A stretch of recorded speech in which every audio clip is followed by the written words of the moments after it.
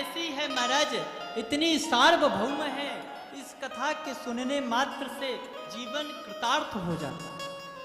चलो ठीक है, आपने बोल दिया ये कथा रसमृत है, पीना है, जब जब मौका लगे तब तब पियो। पर एक बात बताओ महाराज, ये रस रूपी जो भागवत है, यहाँ उस विशाल वृक्ष से गिरी होगी और धम्म से गिर के जमीन में गिरा होगा, छिन्न भिन्न हो गया होगा, धूल मिट्टी लग गई होगी, तो क्या इसको धूल कर साफ करके पिए? और फिर फल है, फल कोई खट्टा भी हो सकता है, कोई मीठा भी हो सकता है, कोई तीखा भी हो सकता है। तो कैसा है आपका फल? बोले सुख मुखाद अमृत द्रव संयुतम, सुख का मुख लग जाने की वजह से यह फल 100% मीठा ही है।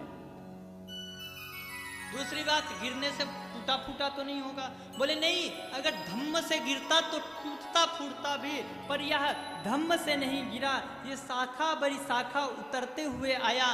पहले सबसे पहले विष्णु की शाखा से उतरा, ब्रह्मा की शाखा में अटका, ब्रह्मा की शाखा से पटका, नारद की शाखा में अटका, नारद की शाखा से झटका, व्यास शाखा पर अटका, व्यास शाखा से नीचे गिरा तो सुख शाखा पर अटका, और सुख शाखा से फिर वह सब जगह परीक्षित आदि के माध्यम से जन जन में वितरित हो गया। तो यह जो रस रूपी फल है वो एकदम महाराज शुद्ध पवित्र और एकदम साफ सुथरा इस धराधाम में आए।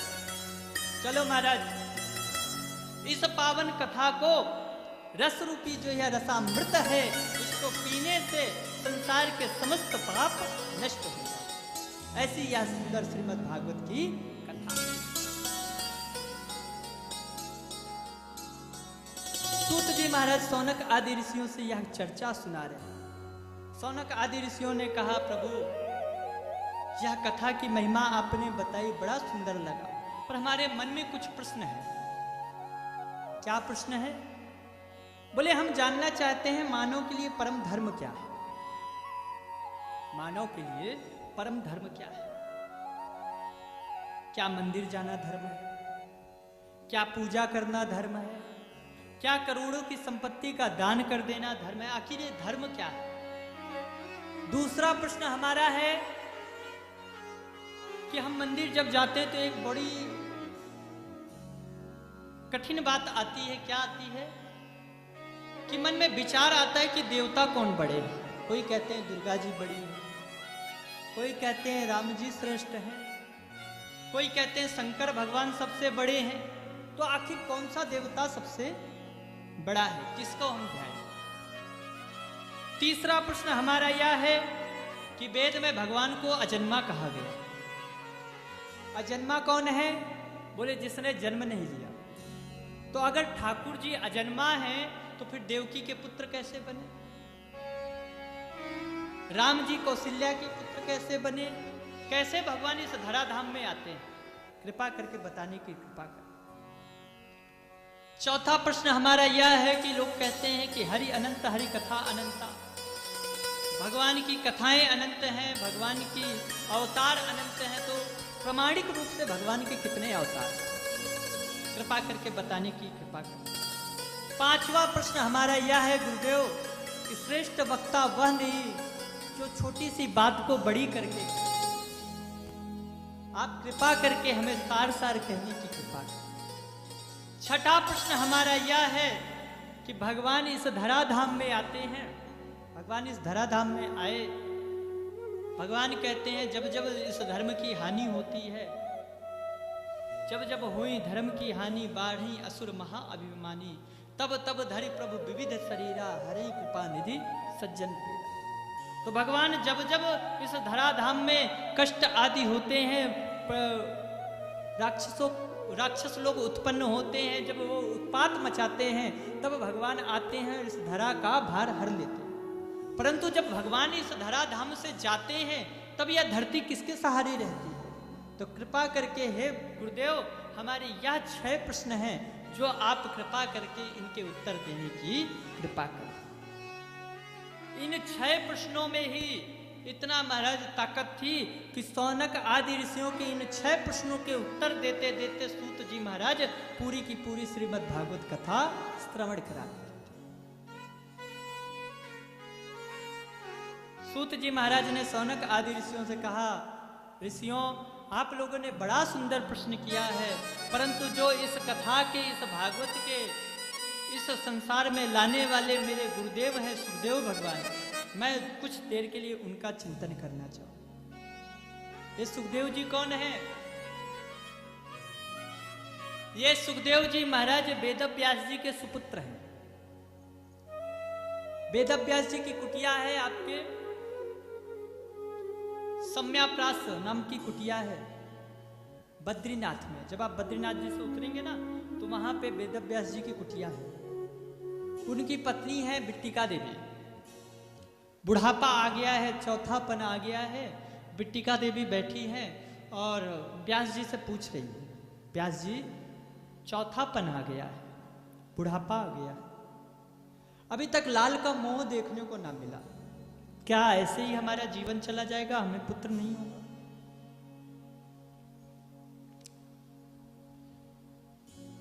वेदव्यास जी ने कहा, चिंता मत करो, ठाकुर जी सब पर कृपा करते हैं, किसी ना किसी तरीके से ठाकुर जी कृपा कर। कुछ समय बाद वेदव्यास जी की जो पत्नी है बिट्टिका देवी जी गर्भवती हुई। 12 वर्ष बाद सुखदेव जी प्रकट हुए। अपनी मां के गर्भ में सुखदेव जी 12 वर्ष तक निवास किए। जब ठाकुर जी स्वयं आकर सुखदेव जी को वरदान दिए कि सुखदेव तुम आओ, तुम्हें यह माया परेशान नहीं करेगी, तब सुखदेव जी आए। और सुखदेव जी आए तो रुके नहीं, तुरंत वन को चल दिए। और जैसे ही वन को चले, पीछे पीछे वेदव्यास जी दौड़ते हुए जा रहे हैं और कहते हैं पुत्र, तो वह आवाज वृक्षों से लड़कर वापस लौटकर आती है और कहते हैं पुत्र।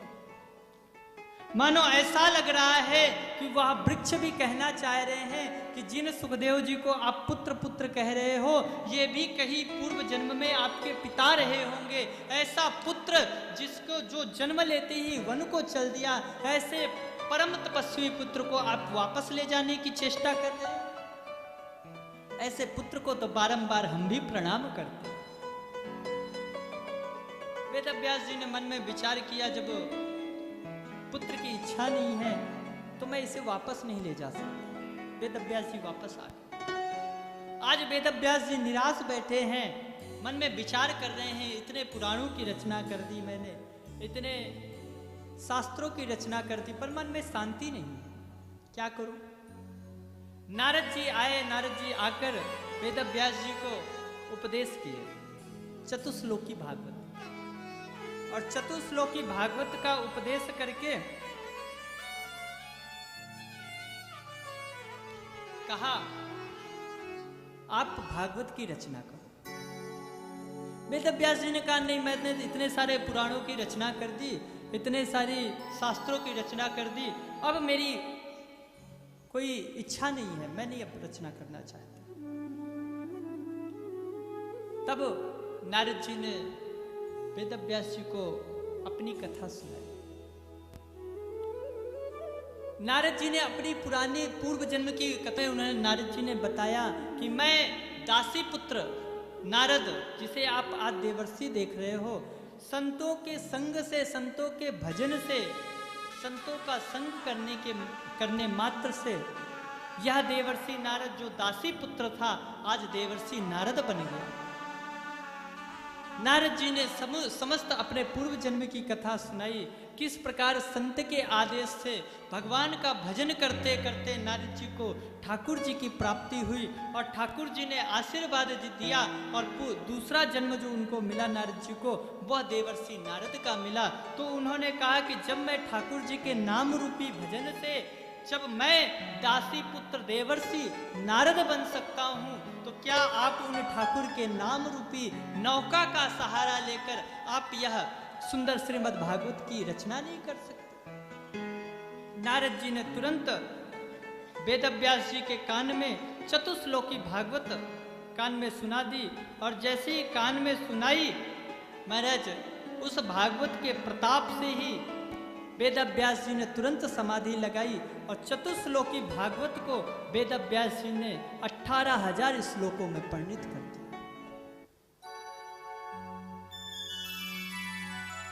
अब मन में विचार आया कि यह चतुश्लोकी भागवत तो मैंने प्रकट कर दी, इसे 18,000 श्लोक में परिणित भी कर दिया, परंतु इस कथा का सुनने का अधिकारी कौन है? सर्वप्रथम इस कथा को मैं किसे सुनाऊं? मन से आवाज आई कि इसका अधिकारी सिर्फ एक ही है। कौन? मेरा पुत्र सुखदेव। परंतु उसे लेकर कौन आएगा? वो तो निर्गुण ब्रह्म की उपासना करने जंगल में बैठा है, उसे लेकर कैसे आएगा? कौन आएगा? मन में विचार किया, जिस भागवत की कृपा से, जिस ठाकुर के चरित्रों के कृपा से मैंने इस चतुश्लोकी भागवत को 18,000 श्लोकों में परिणित किया है, उसी ठाकुर की कृपा से ही यह ठाकुर ही सुखदेव को वापस लेके आएगा। तुरंत अपने छोटे छोटे शिष्यों को बुलाए और उनको श्लोक एक रटाकर भेज दिया और बोला, जाओ जाकर जहां मेरा बेटा बैठा है, मेरा पुत्र बैठा है, वहां जाकर इस श्लोक को गाना और इस श्लोक को गाना। और जब वो पूछे कि यह श्लोक के आगे का श्लोक भी सुनाओ और भी श्लोक सुनाओ, तो कह देना कि ये अपने पिताजी के पास जाओ और उनके पास जाकर ये आप आगे की कथा सुनो। आधा श्लोक रटाया, वो शिष्य जाकर गए और आधा श्लोक उन्होंने सुखदेव जी को सुनाया। कौन सा श्लोक? बरहा पीडम नटवर बपु कर्णयोः कर्णिकारम् बिभ्रदवासः कनक कपिशं वैजयन्तीं च माला। इस श्लोक में भगवान की सुंदरता का वर्णन है। भगवान के वह सुंदर बिंबा फल जैसे ओष्ठ है, घुंघराले केस हैं, भगवान के अनार के दाने के जैसे दांत हैं, भगवान के कोमल कोमल चरण हैं, पीतांबर धारण किए हुए हैं, कौस्तुभ मणि गले में लटकी हुई है, सुंदर मुरली धारण किए हुए हैं, सुंदर सुंदर मोर पंख लगाए हुए हैं। ऐसे सुंदर छवि जिसके का वर्णन उन शिष्यों ने किया, तुरंत सुखदेव जी की समाधि खुल गई। अरे इतना सुंदर कौन है, आगे आगे कहो ना। शिष्यों ने कहा, महाराज हमें इतना ही आता है, इसके आगे अगर सुनना है तो आप अपने पिताजी के पास जाओ, उनको ऐसे ऐसे बहुत सारे श्लोक आते हैं। सुखदेव जी ने मन में विचार किया, होंगे सुंदर, अपन को क्या करना है, अपन तो भजन करने में बैठे। शिष्य लोग आए, बोले उनकी तपस्या खुली तो थी, पर वो फिर से बैठ गए, तपस्या में लीन हो गए। वेद व्यास जी ने सोचा, जो एक बार मूर्छा जगा सकता है तो वो दोबारा भी ला सकता है, क्या करें? बोले दूसरा श्लोक रटा के भेजा। कौन सा श्लोक?